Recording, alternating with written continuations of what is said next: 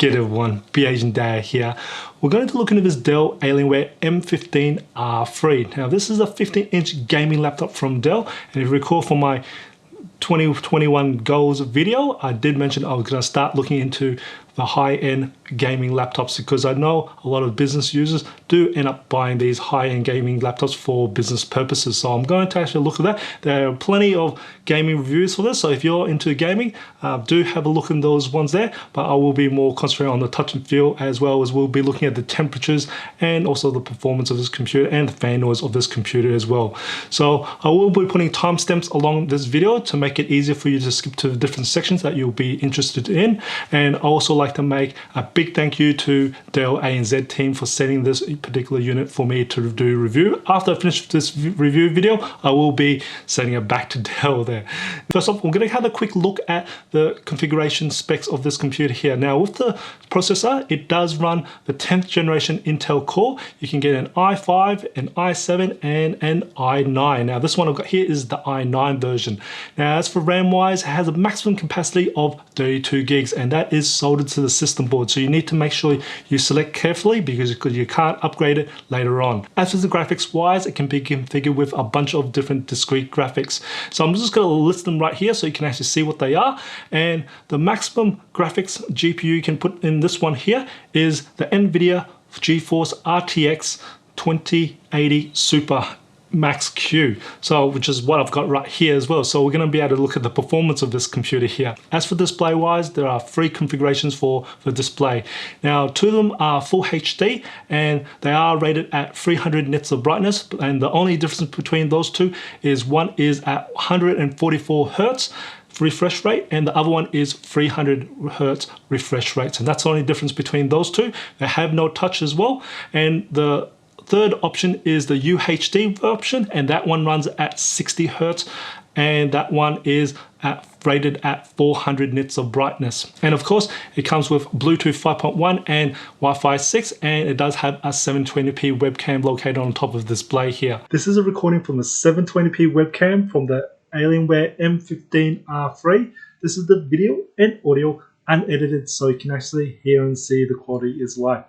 Now I've got 2 types of lights currently facing towards me at the moment. I've got my studio light, which is one of them, and also have the downlights in this room. Now I've got 4 downlights currently on, and I'm just going to turn off my one single studio light off, and we'll hopefully see the camera adjust for this ambient light. Now I've got 2 in front of me, I've got 2 behind me for the downlights, and the 2 in front of me are very, very far away, and they're actually quite dark at the moment. So you can see that this is quite in a dark environment. Now if you're in an office environment, you'll probably have a lot more light, so you actually have much better lighting. So I'm just going to turn the studio light back on so you can see what it looks like. Of course, with better lighting will be better quality picture. So I'll definitely put a comment below on what you think about the quality of this webcam there. Let's have a look at the ports. Starting on the right hand side of the computer, we've got the micro SD card reader, and then we got 2 USB 3.2 Gen 1 ports, that USB type A ports, and then we've got the exhaust vent. Looking at the rear of the computer, we've got the second exhaust vent, and then a full size HDMI port, now that's version 2, and then our mini display port, that's version 1.4, and then a Thunderbolt 3 port, and then a docking port. Now this is used for external graphics display ports, and then an AC power port where you plug in the power adapter, and then another exhaust vent. Looking on the left hand side of the computer, we've got the security lock slot, and then another exhaust vent, and then a RJ45 Ethernet port. Now that runs off a lever system, and then a USB 3.2 Gen 1 port. Now that's USB type A port, and that also has power share capabilities, and then a headphone jack. There are a few features missing in this M15 in this gaming laptop that you could configure in a business laptop. Things like a fingerprint reader, a smart card reader, 4G or cellular you would call it, and also TMP chip, or even sometimes a vPro as well. So these are not actually available in the gaming laptop here, but if you do not need that, and most likely in small businesses, sometimes you won't actually use that, then it's quite happy just to let you guys know these features are missing in a gaming laptop. The M15R3 comes with a 240 watt power adapter, and it's a big brick. I can't hide the fact that it's a big brick, but it is a big brick that you'll be carrying with. But that is required for the amount of power that this laptop consumes, because it is a very powerful computer and it does have very power hungry components. So hence why this has a 240 watt power adapter. So just to let you know, it is a big brick. As for the battery, it is an 86 watt hour battery, and it does take just over 3 hours to charge it from 0 to 100%. I did perform the battery life test on this particular computer. I tested in the 4 different modes, and in best performance, it managed to get 50 minutes. In better performance, it managed to get 55 minutes, so a little bit better there.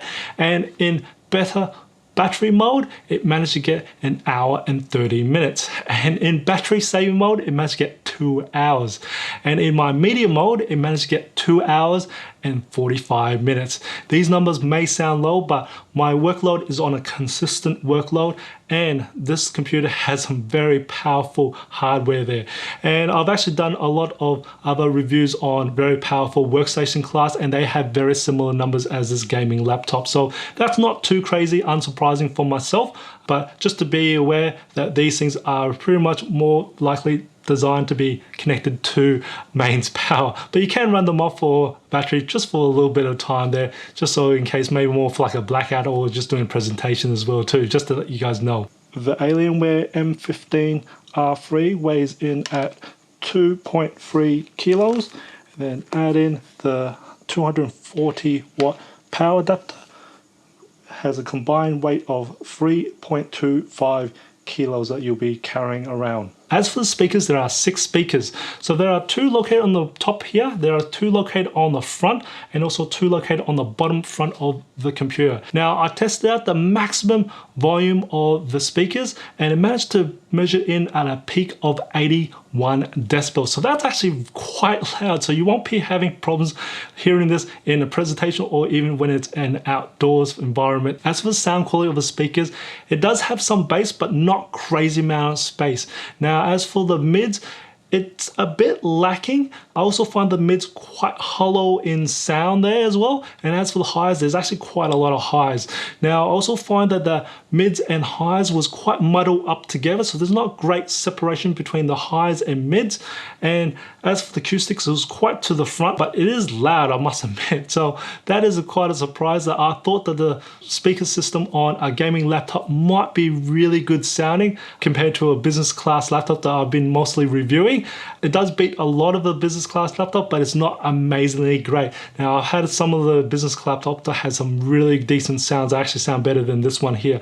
But really, I think it's just the type of acoustics and also the hollow sort of sounds that I was expecting to not really have in a gaming laptop, that it may actually have a bit more clarity there. So definitely it was a bit of a surprise, but it is still very decent speakers on this gaming laptop here. When I tested out the temperatures and fan noise of this computer, when I put this computer on load, I found most of the heat was concentrated near the top center of the keyboard, specifically where the 6 and Y key is, which is unsurprising because that's where the processor and the GPU lays underneath there. Now when I took the measurements, my ambient temperature was 25 degrees Celsius, and I took the base measurement when the computer was on idle, and the hottest air on the keyboard measured in at 41 degrees Celsius. And as for the fan noise, it hit a maximum of 32 decibels. Then I put the computer on 20% load, so that's average use. So tasks like office productivity work, streaming videos, surfing the web, and the hottest area on the keyboard measured in at 46 degrees Celsius, with the fan noise hit a maximum of 33 decibels. Then I put the computer on 50% load, and the hottest area on the keyboard measured in at 49 degrees Celsius. And as for the fan noise, hit a maximum of 35 decibels. So you start to hear the fan off a little bit. Then I put the computer on 100% load, and the hottest area on the keyboard measured in at 56 degrees Celsius. And as for the fan noise, it went all the way up to 46 decibels. So you definitely hear that fan go off, and it is a bit of a whine as well too. I also measure the bottom back cover when the computer was 100% load, and the hottest area measured in at 61 degrees Celsius, with the fan noise of course still at 46 decibels. As you can see, this computer does run quite hot at the bottom, and I definitely don't advise this computer to be placed on your lap. You know, these things are called laptops, have something in between the computer and your lap, or just put it on a table is the best way to do it anyway. And I really don't advise any of the laptop these days to actually put it on your lap, even though they call laptops anyway. Maybe we could just call them notebooks just to help you guys out.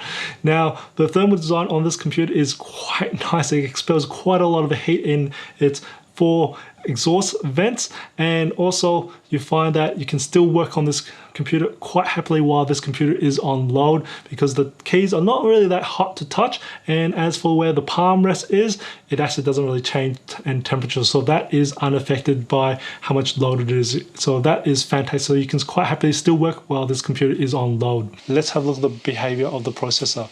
Now this M15R3 is configured with an i9-10980HK processor with a base clock speed of 2.4 gigahertz.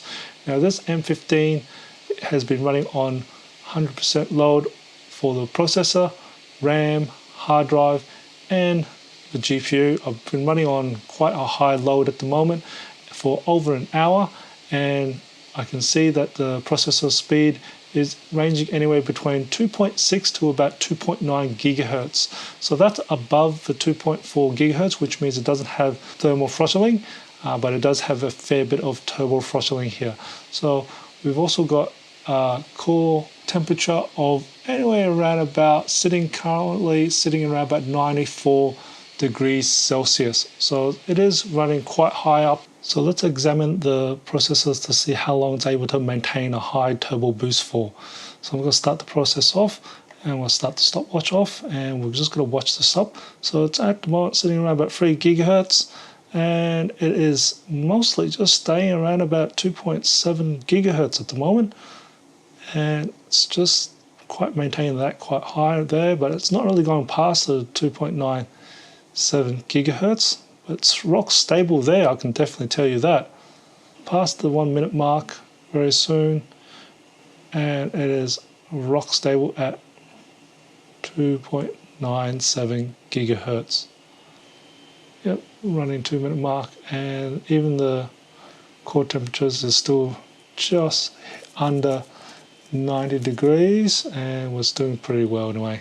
One of the nice things you can do on a gaming laptop that's really easy, that's actually really hard on a business class laptop, is overclocking. Now, Dell has actually provided a software called Alien Command Center, and you can actually very easily overclock the processor and or the GPU, which is the graphics unit. So you can actually really overclock these if you want, but more than likely in a business class user, you probably more than likely just keep it at stock. So all my benchmarks are going to be in the stock settings here, so I'm not going to do the overclocking for you to see, but you can push it if you want to. As for the keyboard, it's not bad at all. It's got a nice key travel. It's got also a nice tactile feel to it as well. And each individual key, the texture of the keys is quite smooth, and it's got a nice spacing in between the keys, so you actually can type very quite quick, I must admit.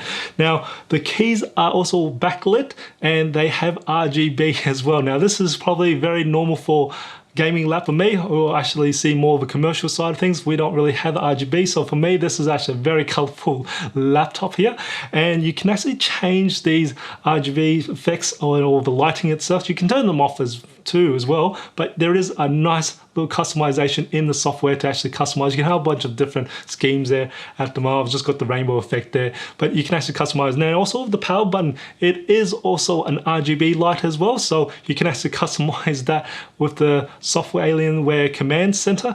You can actually change that lighting as well. And same at the back here, there is another LED light at the back here and you can again change that light if you want to as well too. Now as for the trackpad, it's a decent size. It's not massive and it's not small. It's a decent size. So, and it's got a bit of touch glass feel to it. So it's not bad, and it is mechanical at the bottom here, and of course the top is actually hinged at the top there as well too. And it has not very much problems with it. I wish it was a little bit bigger, but it's not too bad. You can actually go, and as for the palm rest, it's actually quite a small palm rest, but you can still happily put your car and type away there. I've got kind of small palm. It still does pretty good there, so not too bad at all. As for the build construction, it is not bad. It has some very ruggedness. Like, this is built quite a lot.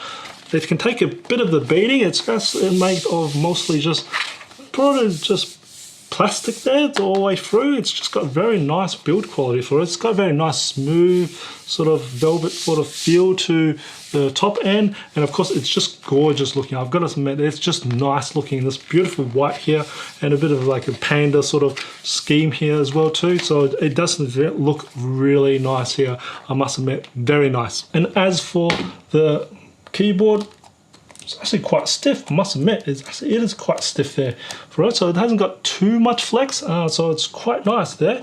So let's test out the hinge. It's just for the one finger test, and you pretty much, it's pretty easy all the way through, and of course that is as far as it goes. So I would probably say that is about 130 degrees is as far as the display can be pushed. Now as for the hinge here, it does, if you're walking just on the peg, I'm just going to pull that, it does actually open up a little bit. I know some people have actually mentioned that to me, so just to let you know that that's the hinge there. But also it's still very, very nice anyway, so I couldn't really complain about it. You really be traveling, I would normally just grab it this way here rather than actually grab it this way, but even if you grab it this way, it's not too bad anyway. I did perform the benchmarks for this particular computer. Now this one is configured with an i9 10980HK processor with 32 gigs of RAM, 1 terabyte of SSD, and the NVIDIA Geforce RTX 2080 Super Max Q. So here is the results for Passmark,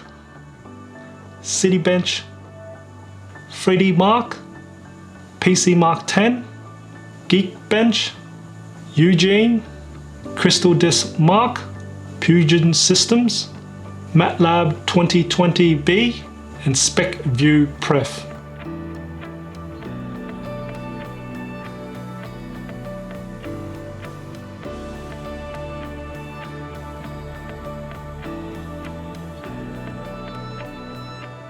As you can see from results, it has a very, very good performance in business applications as well. And I can definitely recommend this for business use if you don't need the error checking. And then after that, you can pretty much just switch off for relaxation, put on a game or two as well too. Now, if you find this video informative or enjoyed it, or even just support my channel, smack that like button for me. And if you haven't done already, subscribe my channel by hitting that subscribe button as well too. And I do try to upload a new video every week. And just remember, imperfections in life makes it beautiful and interesting. I'll see you next video.